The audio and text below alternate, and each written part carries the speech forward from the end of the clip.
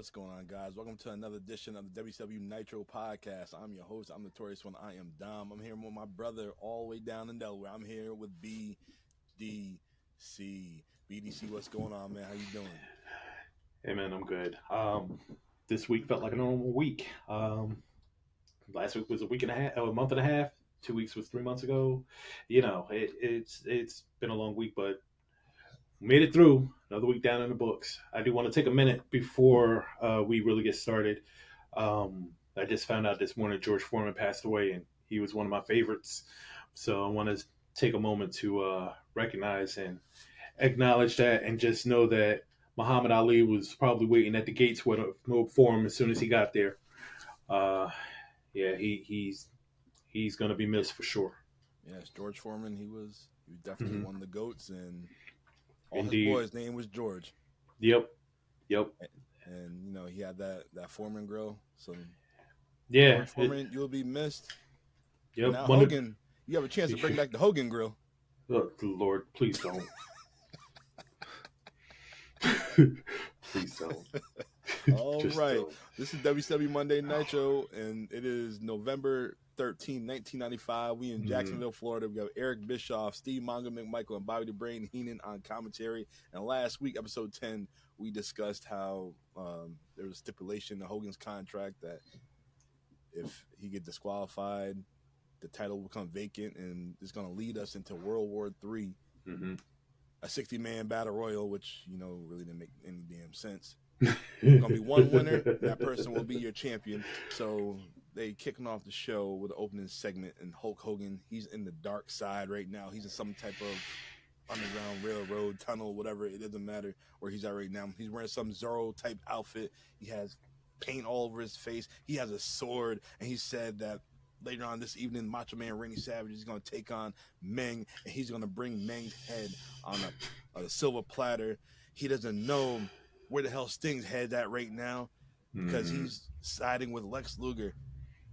BDC, what the hell is going on in this damn opening segment right here? First thing I thought was, what in the Highlanders going on here, man? This shit was crazy. Like, I saw him in a hoodie, and I just looked like, what is this supposed to be?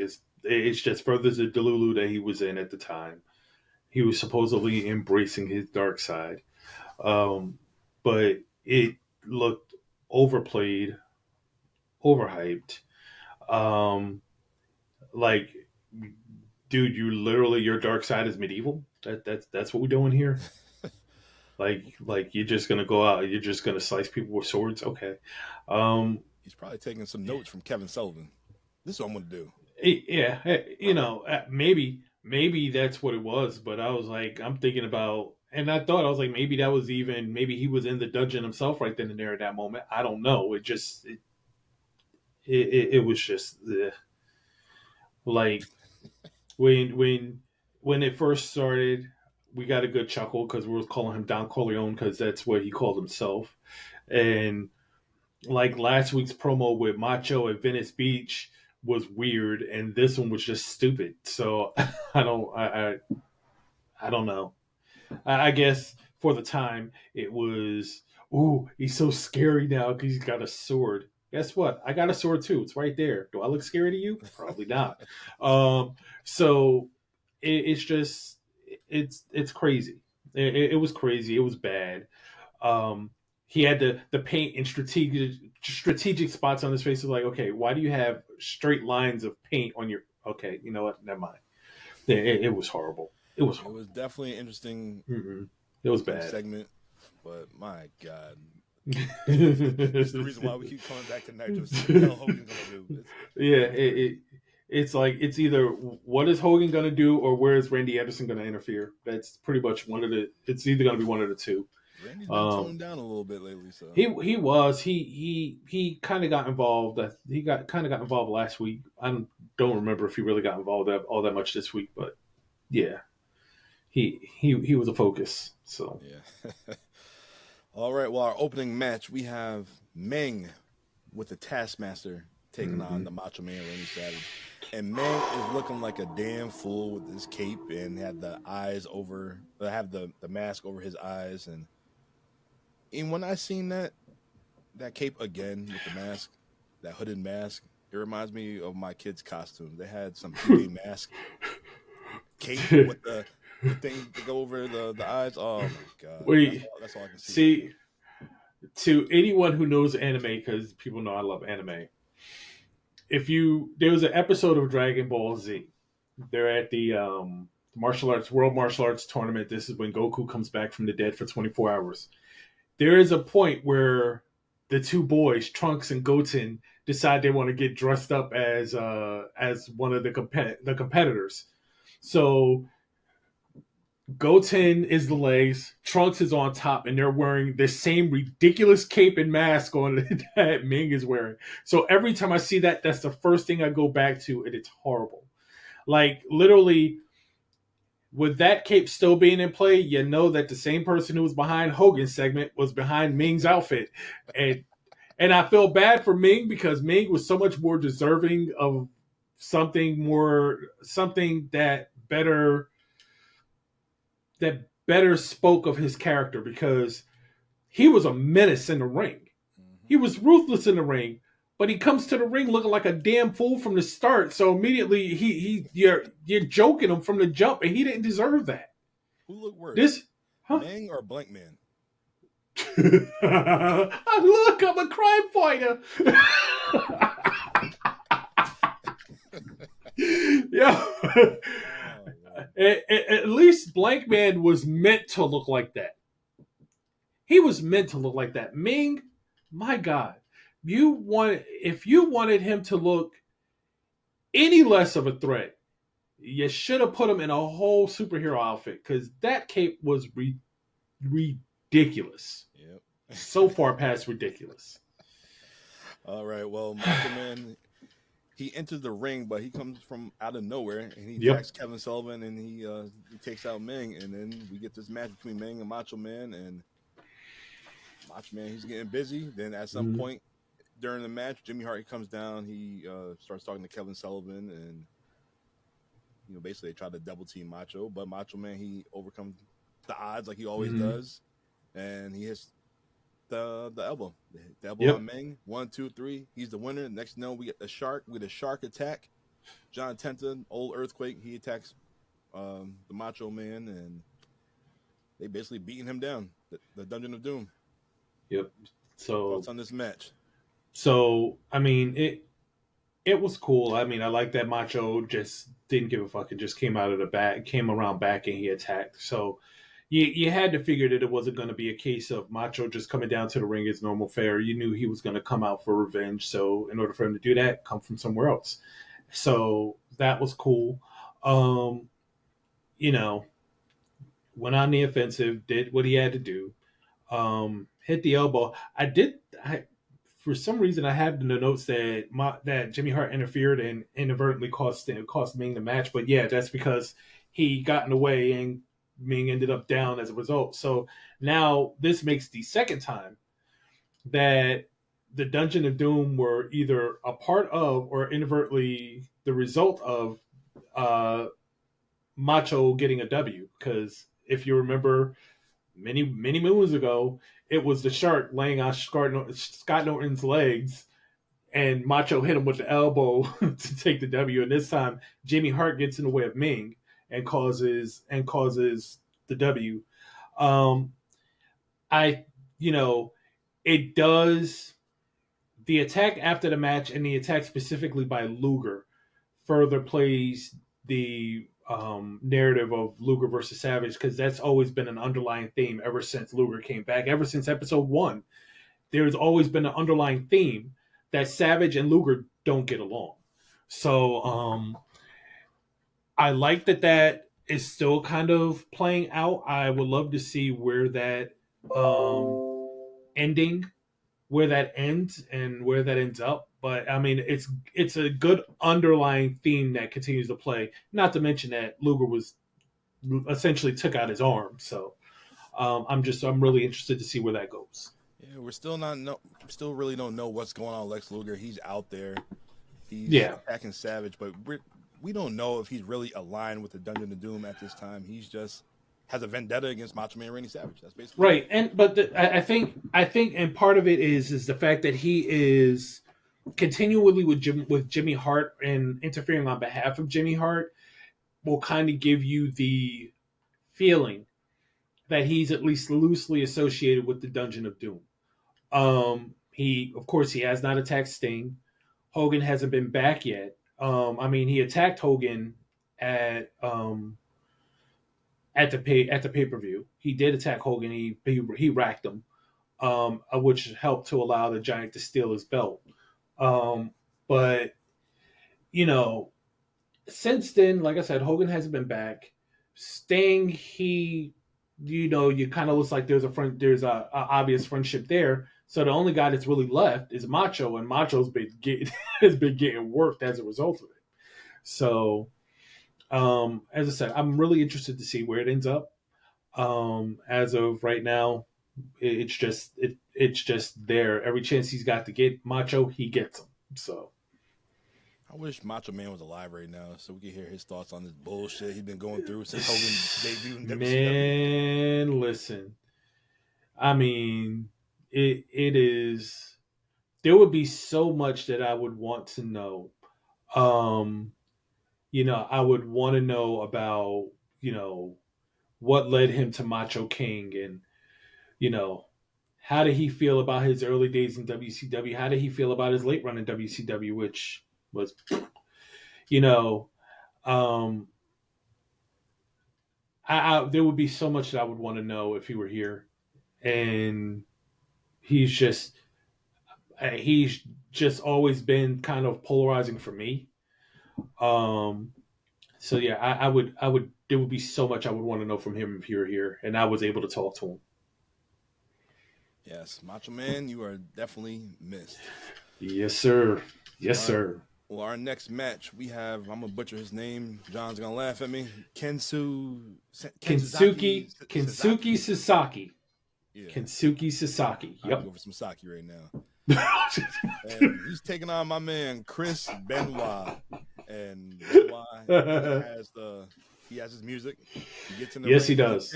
He stares down Suzuki, what his name is, and he starts swinging. Benoit, he starts out swinging. It's a hard-hitting fight off the rip.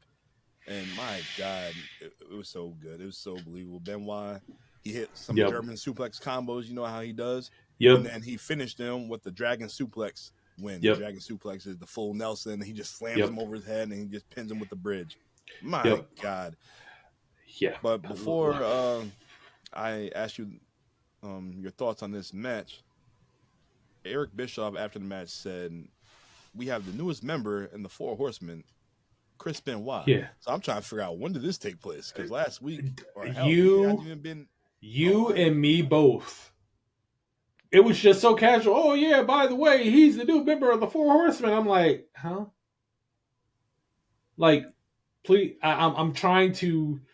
Where's the draw? Because there has been no connection at this point. There's been no connection from Chris Benoit to any member of the Horsemen at this point. None. The only interaction which really didn't involve Benoit is when Brian Pillman came out a few weeks ago and attacked Eddie Guerrero after their tag team match. That's the only thing, but it's nothing else. Nothing else. Something on WCW Saturday Night. But no video package, nothing. We just know that Chris Benoit, he's the newest member of the Four Horsemen. So it was crazy. It was crazy work, and I mean, I may have to do.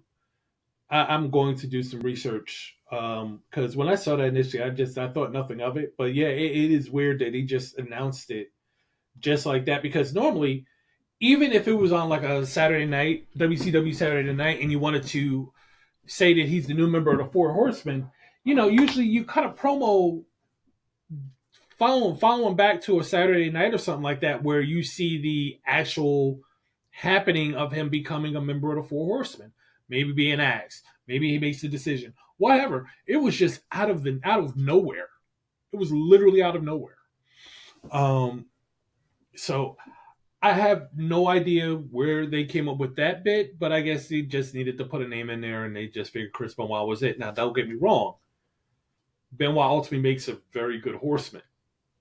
He makes a good horseman, but how he gets there is really sketchy. It's really sketchy. Typical WCW booking. Yeah, really typical. As far as the match is concerned, um, you could say that Benoit debuted his triple German combo in this match because, towards the and definitely in his WWE, WWF days, where Eddie Guerrero had the Three Amigos, Chris Benoit had the triple German suplex, where he basically German suplex, hold, German suplex, hold, German suplex, let out. So he debuted in this match, although it was more of a double and the dragon, but it was kind of the same premise. He went in, German, and then he picked him up, wrapped it to the full Nelson, and then took him back for the win. But a short match, but a good match. It really let you see what Sasaki can do. We already know what Benoit can do, but it definitely showed both of them off in a good light to me, and it actually showed that Sasaki, for his bigger, stockier size, could really go with the cruiserweights, which is another positive. Yes, I definitely enjoyed this hard hitting match, and I enjoy Chris Benoit matches. I still like watching Chris Benoit wrestle. That's it. Yeah. All right. Well, our next match is for the WCW television title. We have the champion Johnny B. Bad taking on Eddie Guerrero, and like I said last week, Eddie Guerrero, he's been shining every single week. So let's get this man a title match. Yep. Johnny B. Bad, he comes out, and typical babyface, he's throwing frisbees out there. Just throwing frisbees. I'm thinking, damn, what if he hit somebody in the face with that shit? Will they have a lawsuit in their hand? They More than likely. Well, technically, no, because I think even back then they gave you the waivers on the back of the tickets that said that anything could end up in the stands, and you got to be basically paying attention. Which, I mean, technically, you're paid to go be at a wrestling show. You probably should be paying attention. So, if you happen to turn around and a frisbee meets your eyeball, that's kind of on you. You should have known it was coming. That's like that. It was a couple years ago in MLB. I was watching the Sports Center. Some dude was sleeping in the crowd, and they put him on camera. Next thing I think he sued the organization just because they embarrassed him. Like, dude, you paid to be at a baseball game. You don't pay to sleep. So, I mean, it's crazy to me that someone would be so mad about the fact you passed out at a baseball game. You are in the public. If people in the stadium can see you sleep, then anyone can see you sleep, bro. It's not their job to protect you when you go to sleep at a baseball game. Nah, bro. Damn right. All right. Well, this Johnny B. Bad and Eddie Guerrero match, it was a great, fast-paced match, and it's a good wrestling match. Both guys are trying to one-up one another right now, and then Eddie, we seen it weeks ago, he tried to go from some type of splash, and he crashed and burns, go tumbling over the top rope. That's the second time he did it. And Johnny, he countered off that, hit the sunset flip over the top rope, and these guys, they're still at it, and they're getting very physical when they got back into the ring. Johnny hits Eddie with a tombstone.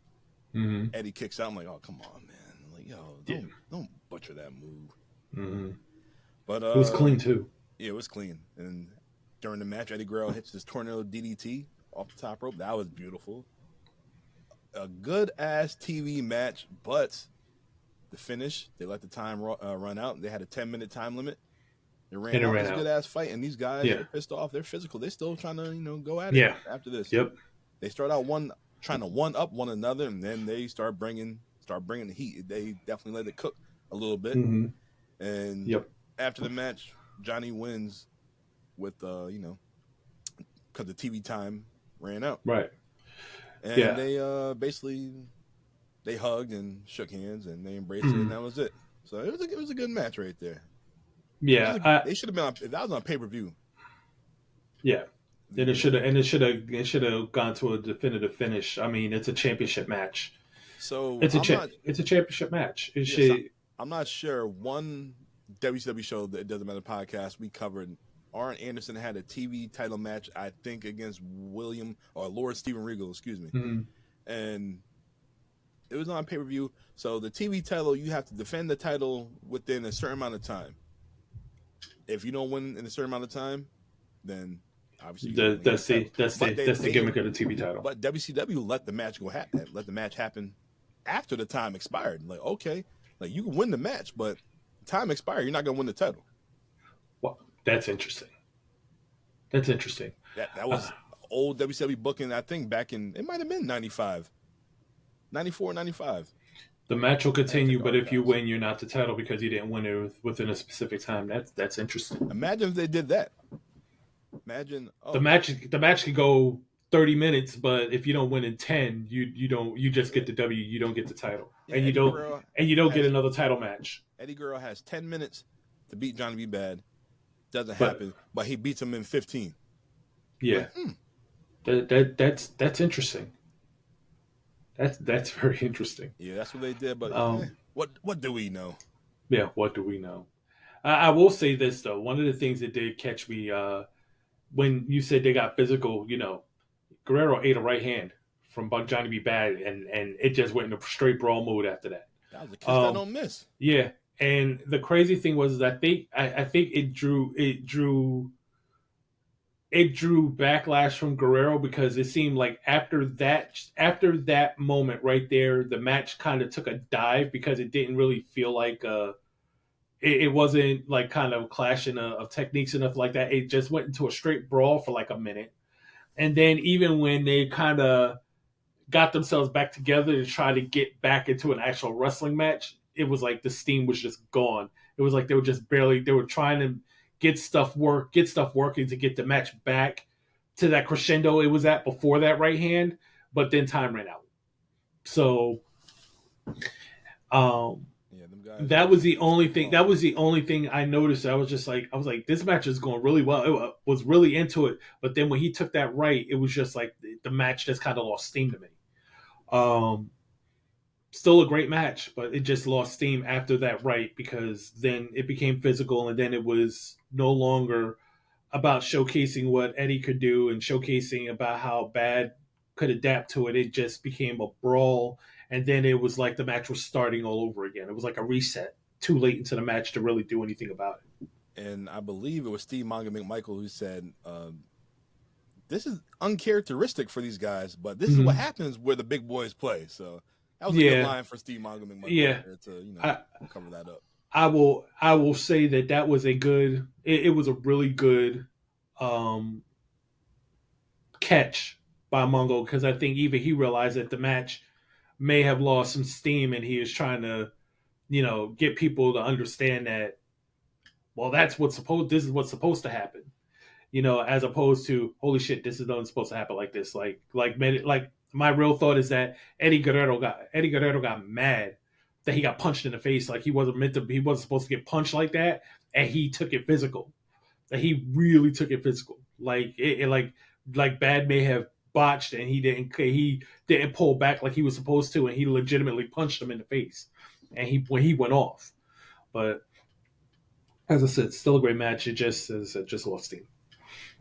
Just lost steam. Well, after this, they show the announcers, and we have breaking news that Hulk Hogan will be on Nitro next week, and he is challenging Sting. What's up with that?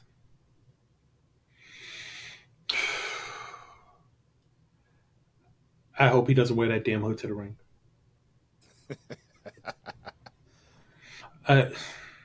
We're going to get Sting and Hogan on WCW Monday Nitro. Sting is the number one babyface, well, maybe the number two babyface at the time in WCW, and Hogan wants to dance with the icon. Well, I mean, technically at this point, Hogan's not really a babyface at this moment. Hogan is confused. You don't really know.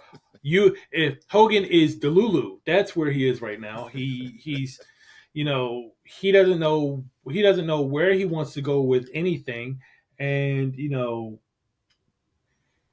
so I would definitely put Sting as the number one babyface. But then you even have to question that because of his actions with Luger last week. So it's like the number one babyface got his ass whooped by the Dungeon of Doom and Luger right now. So, um, a- as long as it's coming to a head, I don't care what they do at this point. I'm over the whole Hogan Dungeon of Doom angle because it's just Dragon. it's dragging. Like there's one storyline that is currently dragging longer than this felt for me, and unfortunately, I will not mention the promotion. But I will just say that there's a lot riding on that thing ending sooner rather than later because that Joker's been running for what feels like 8 years too long. Um, whew, they've got a lot of moxie, I'll tell you that for sure. John Moxley. All right. Yeah. Well, after this, Mean Gene, he's in the ring. We get a Mean Gene interview, and he's interviewing the Giant, the Taskmaster, and Jimmy Hart. And Mean Gene says, "Jimmy Hart, you orchestrated this. You sold out, and you sold him down to the river." And then Jimmy Hart basically says that Kevin Sullivan himself are the smartest guys in wrestling because they took the title from Hogan. And what am I going to do with these 200 jackets of Hulk Hogan? I'll take one. I'll frame it. It could be right next to Ron Simmons' jersey over there. That's what I would do with one of them damn jackets. Yeah. But this is where I'm going to get you right here. This had me question. I got question marks on my notes right here, and I'm like, I can't wait to see what BDC has to say. Kevin Sullivan, he gets on the microphone. He said, for 10 years, he laid up awake, wanting to end Hulkamania.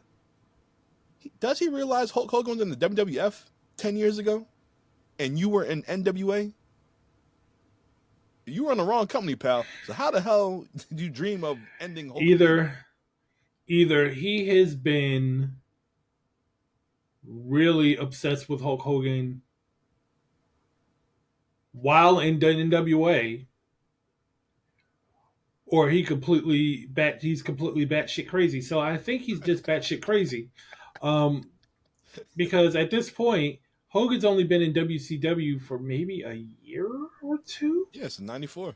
So the fact that you, Kevin Sullivan, have been waiting 10 years to take down Hulk Hogan, that would mean that you knew that Hulk Hogan was coming to WCW. That meant that you knew you were coming to WCW. That you were both going to meet, and at that point you were going to build up a dungeon of his best friend and opponents he's faced over the years and beaten. And with that ragtag group and the Giant, you are going to completely obliterate Hulk Hogan.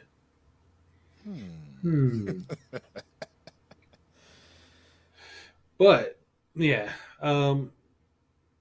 in case you haven't noticed,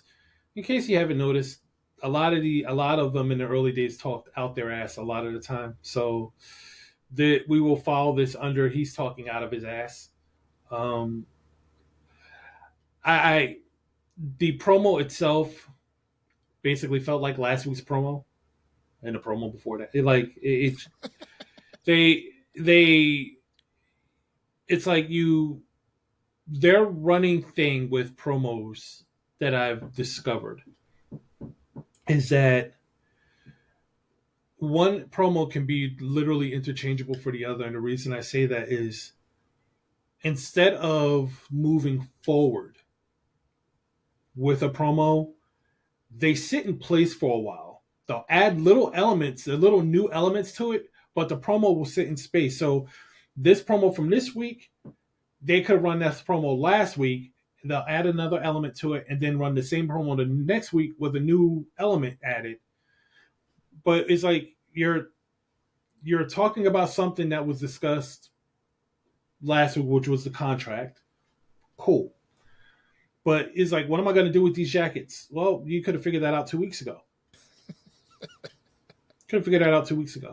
Yeah, the Giant with the title, Giant no longer has the title. Okay, cool. You discussed how Giant's going to win World War III. You did that last week. Talked about how the Giant was going to end Hulkamania. You did that last week. So again, it's like the promos are relying too heavily on they're relying too heavily on what has already been said versus what's already been done. And I think that's kind of where it's falling right now, at least with that. To me, like if they had just talked about World War III and they had just talked about all that stuff, because I mean, you remember the whole thing with the contract was the last segment of the show, so it was the last thing you remember, and you know, I think it was kind of discussed earlier, but it does really come to a crescendo at the end, and it's crazy because it's like 2 weeks ago, Giant had the title. Oh, he stole it. Everyone acknowledged he stole it. Next week comes, oh, well, it's in the contract. If Hogan lost by disqualification, he loses the title. You could have did that last week when everybody was saying he stole it, but no. So again, but it's early. We're only in episode 11. They have plenty of time to get this rolling, even though they've had WCW Saturday Night for not God knows how long at this point. They'll get it together. They do get it together. In case anybody's, they do get it together. But this promo, yeah, not a good one. The Giant closes the promo. He said, in World War III, there's 60 men, but there's only going to be one champion, and that's going to be him forever. Mm-hmm. About that. About that. Woo! What a promo. Yeah. All right, well, our main event, we have Sting versus Dean Malenko. This is an interesting main event right here. The fans, they're still loving Sting. Sting with the green and black on. Mm-hmm. And, man, this is a big size difference between these two men. Dean, yeah, about 5'8", if that. Against Sting, at least probably like 6'2", 6'3". Yeah, and jacked. And I mean, no one. It is very hard to quantify just how big Sting was in size versus even when he went Crow Sting, he had dropped some mass. And then by the time he was in TNA, he was just kind of just wrestling. He wasn't really hitting the weights like that anymore. But you really have to look at him in that prism to understand just how big and jacked Sting was at that time. Sting was huge. Sting was jacked. And I mean, and dare to say there was some belief at the time that Sting might have been bigger. Sting's arms might have been bigger than Hogan's, but they never really talk about it because that's not Sting's thing. But Sting, with his build, might have actually been bigger body-wise than Hogan at that time. May have been. Because, I mean, even with Luger, they acknowledged his arms. I think they said he was like 24-inch or 22-inch or something like that. They didn't...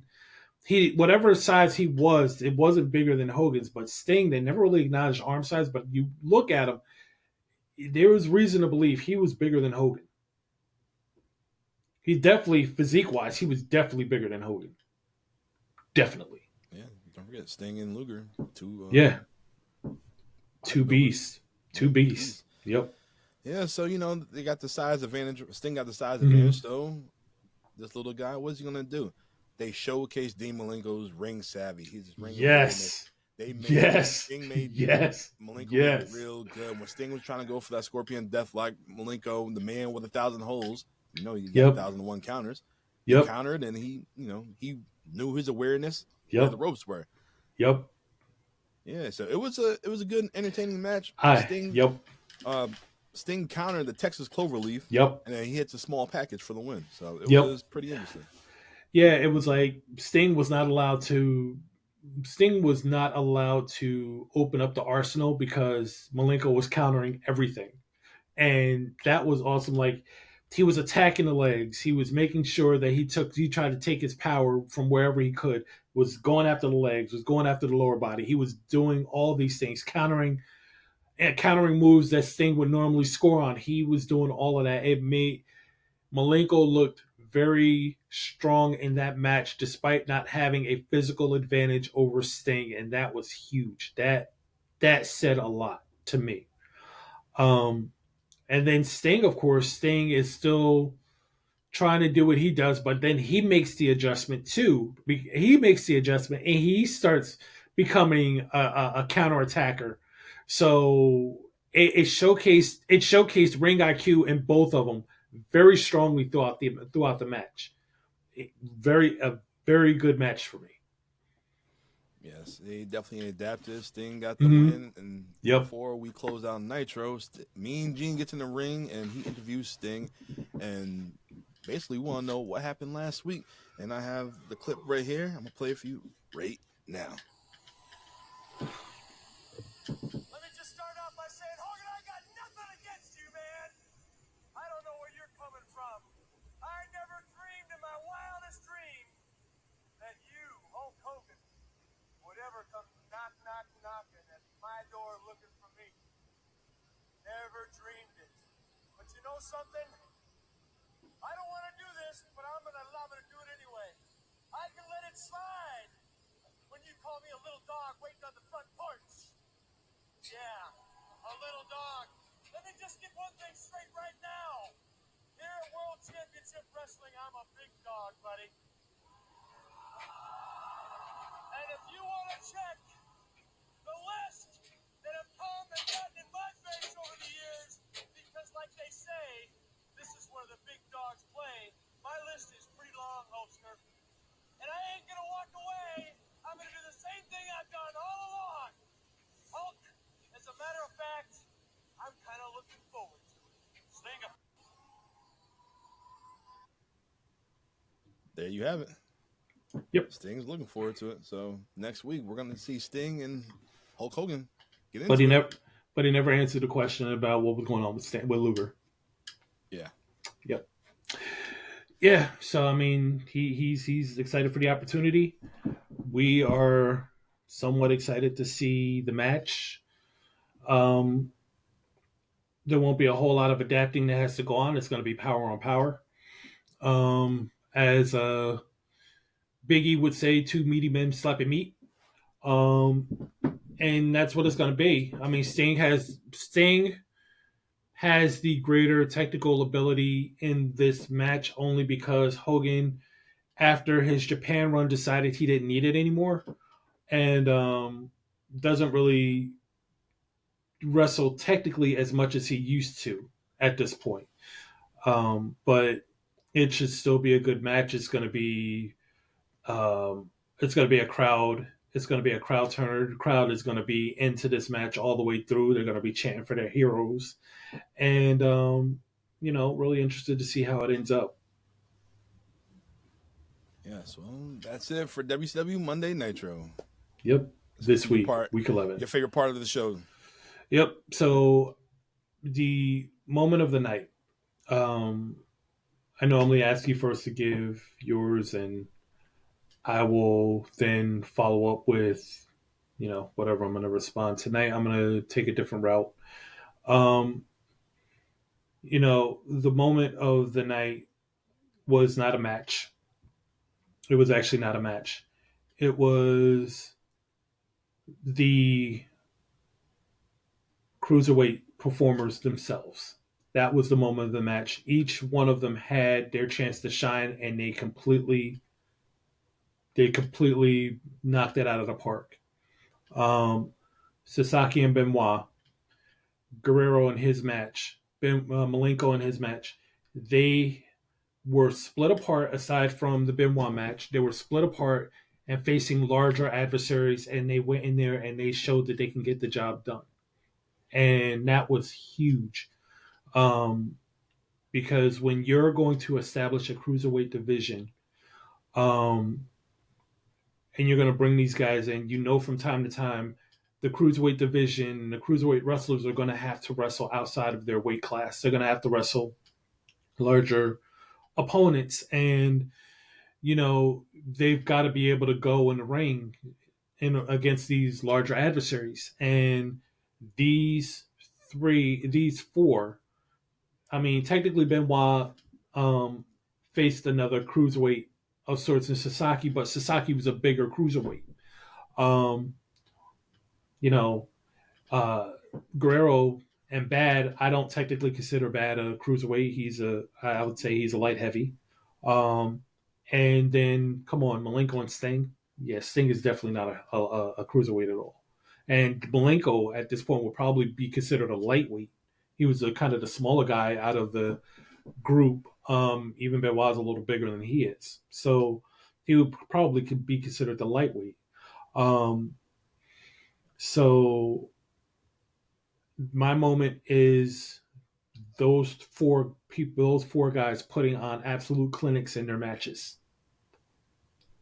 So, what say you? What is your moment of the night? Minus the promos, I would say I enjoyed the whole show. The whole show was good. Mm-hmm. Great wrestling matches. Mm-hmm. Johnny B. Bad and Eddie Guerrero. Yep. You know, I like that type of style match. Benoit with his hard hitting match, fast paced hitting. I love that match. I love that match. I thought it was too short, but I love that match. Yeah. Sting and Dean Malenko, they let Dean Malenko, I'm not going to say cook, but he definitely they showed us something. And Johnny B. Bad, you know, next year he's in WWF. Yep. He's Mark Merrow. He's Mark Merrow in a year. Dean Malenko, you know, they're the Radicals. So we see them. So they let them guys cook. They had opportunity in WWE to shine, and I definitely enjoyed it. So the whole show as a whole, I enjoyed it. Yep. Minus the promos. Minus the promos. Minus the promos. It ain't perfect, but I the promo. Yeah, the promos were whack. I agree with that. I mean, even with the Meng Macho match, you know, as I said, Meng is a tyrant in the ring, and he showed that to a degree. But Macho being able to get in there and put some early work in, being able to run off the emotion of everything that's happened was a great touch to it all. It wasn't like he just went in there and got the floor wiped with him. Not at all. He went in there, he did his thing. Meng was still able to look strong in spots, but for the most part, it was Macho running off the emotion, and you'd like to see that. But yeah, the promos were, yeah. So I have the dark matches for the event, and the dark matches were the dark match. Johnny B. Bad faced off and defeated DDP for the WCW World TV Championship. So it was So he had another match that night. He had a actual title. He had another title defense against DDP as a dark match, and he won. Wow. Yeah. Yep. That's it. So he did double damage. Yeah, that was the only dark match. All right. Well, what was on the other channel? We have Henry O. Godwin, the Hog, taking on Hunter Hearst Helmsley, Triple H. Look, I'm just going to put it like this. Already, we would just stay on Nitro, but continue on. We have Ahmed Johnson taking on Jake Steele. Continue on. We have King Mabel with Sir Mo taking on Roy Raymond. Continue on. We have Sid with Ted DiBiase taking on Razor Ramon with the 1, 2, 3 Kid as a special guest referee. Okay, continue. That was your main event. That was yeah. So my analysis was confirmed. And your dark match was Diesel and Marty Jannetty taking on Owen Hart and the British Bulldog. Maybe Marty was substituting for Shawn. 1995. What the hell's going on here? What in the rocker is happening right now? Oh Lord, yeah! Don't change that channel. You don't change the channel at all. Nope. We gonna stay on Nitro tonight because God damn it. Yeah. So Nitro with the win. Those matches were absolute. Those matches are absolute ass. My God. Well, I have the card for next week's Nitro, and here we go. The opening match for Nitro is Scott Norton taking on Shark. We see the rematch. And then now it done took 4 weeks from the last one. For Jesus Christ. Why? All right. Our next match, we have Eddie Guerrero. See, he's still pushing Eddie Guerrero. Yep. This time he's taking on Brian Pillman. Maybe stemming from what happened a few weeks ago. Maybe. We have Road Warrior Hawk taking on Big Bubba Rogers. Okay, so that's a rematch. Yes. And then your main event, we have Hulk Hogan taking on Sting. Okay. I'm very curious to see how this one plays out. Yeah. So we have two rematches, one of a feud that no one knew about or cared about.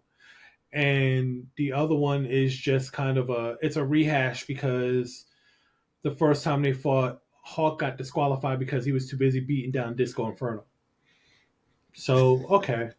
All right. Okay. Let's see how this is going to work. Okay. Well, guys, yeah. That's it for episode 11, the WCW Monday Nitro. And yeah. Can't wait to see what next week brings. Yep. Until then, I'm Notorious One. I am Dom. I'm here, my man BDC. And we will see you next week. Boom.